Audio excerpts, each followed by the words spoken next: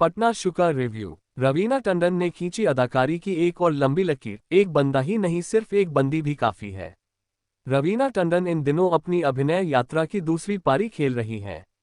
पहली पारी जब वह सिनेमा की पिच पर खेलने उतरी थी तो ये उन दिनों की बात हुआ करती थी जब उन्हें टिप टिप बरसा पानी और तू चीज बड़ी है मस्त मस्त जैसे गानों में ठुमके लगाने के लिए ही फिल्मों में लिया जाता था। हालांकि उस दौर में भी रवीना ने दमन और शूल जैसी फिल्मों में दिखाया कि वह अभिनय भी कमाल का कर सकती हैं।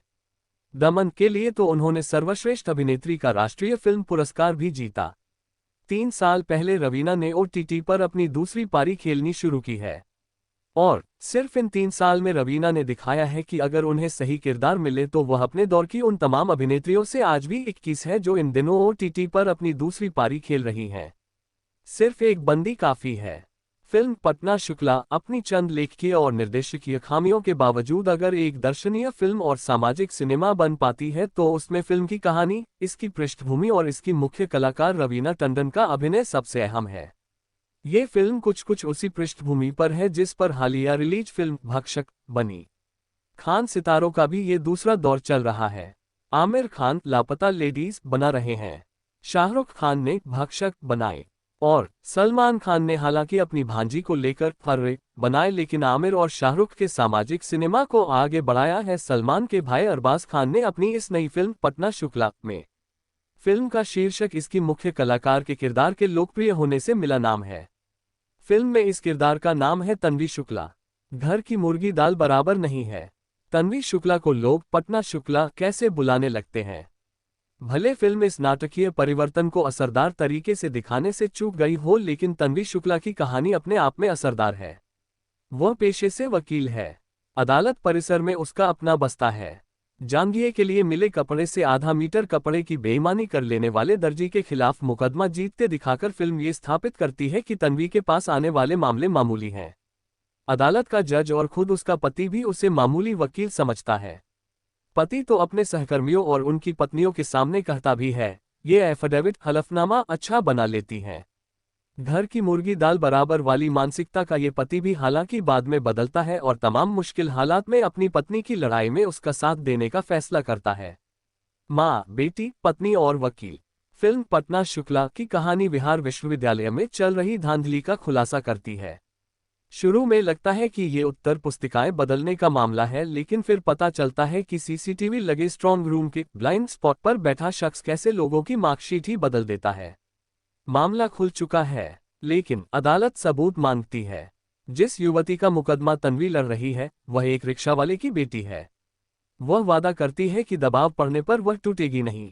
तन्वी शुक्ला खुद तनकर खड़ी रहने वाली महिला है। वह खाना भी अच्छा बनाती है। उसके बनाए लड्डुओं की तारीफ जज भी करते हैं। बेटे का टिफिन छूट जाए तो वह स्कूल बस का पीछा करके टिफिन भी दे आती है। लेकिन उसकी वकालत का इम्तिहान अभी बाकी है और जब इस इम्तिहान में उसके अव्वल नंबर आने का नंबर आता है तो फिर एक खुलासा होता है। इस खुलासे की परिणति के बाद इस फिल्म का सीक्वल बनने की गुंजाइश भी फिल्म बनाने वाले छोड़ देते हैं। कुछ भूला कुछ याद किया। निर्देशक विवेक बुढ़ाकोटी की फिल्म पटना शुक्ला देखते समय कई हालिया रिलीज और कई पुरानी फिल्मों की याद आपको आती रह सकती है। जॉली एलएलबी के जज सौरभ शुक्ला आपको याद आ सकते हैं। फर्रे की चंद घटनाएं जहन में आ सकती हैं और भी दृश्य आपकी याददाश्त में कुलबुला सकते हैं। लेकिन मुझे ये फिल्म देखते समय बार बार याद आती रही मनोज बाजपेयी और रवीना टंडन की फिल्म शूल। उस फिल्म में मनोज के किरदार को सबने याद रखा और रवीना के किरदार को भूल गए। लेकिन रवीना ने इस फिल्म के जरिए इस बार मनोज की फिल्म सिर्फ एक बंदा काफी है के बराबर की लकीर खींची है। रवीना की ये फिल्म इन दोनों फिल्मों की याद दिलाती है। तन्वी बिहार की बेटी है। एक ऐसे राज्य में वह वकालत करने निकली है जिसके सिस्टम को घुन लग चुका है। विवेक बुढ़ाकोटी ने पूरी कोशिश की है कि यह किरदार पर्दे पर कुछ यूं पेश किया जाए कि मध्यम वर्गीय परिवार की बेटियां अपने शरीर के सबसे अहम हिस्से अपनी रीढ़ को सीधा रखना सीख सकें। दबाव में तन्वी झुकती नहीं है। कद्दावर नेता की वह सुनती नहीं है। अदाकारी में पूरी तरह रमी रवीना टंडन।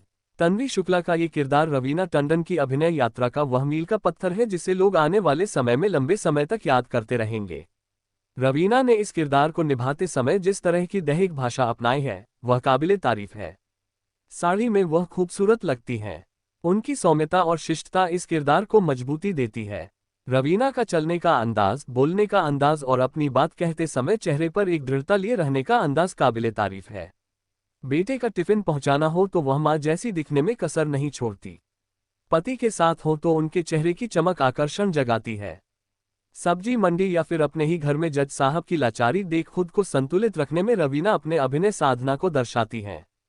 और जब बात अदालत में जिरह की आती है तो बिना किसी नाटकीयता के वह अपना काम बहुत शानदार तरीके से अंजाम देती हैं। सिनेमा हॉल की कसौटियां और ओटीटी का लाभ।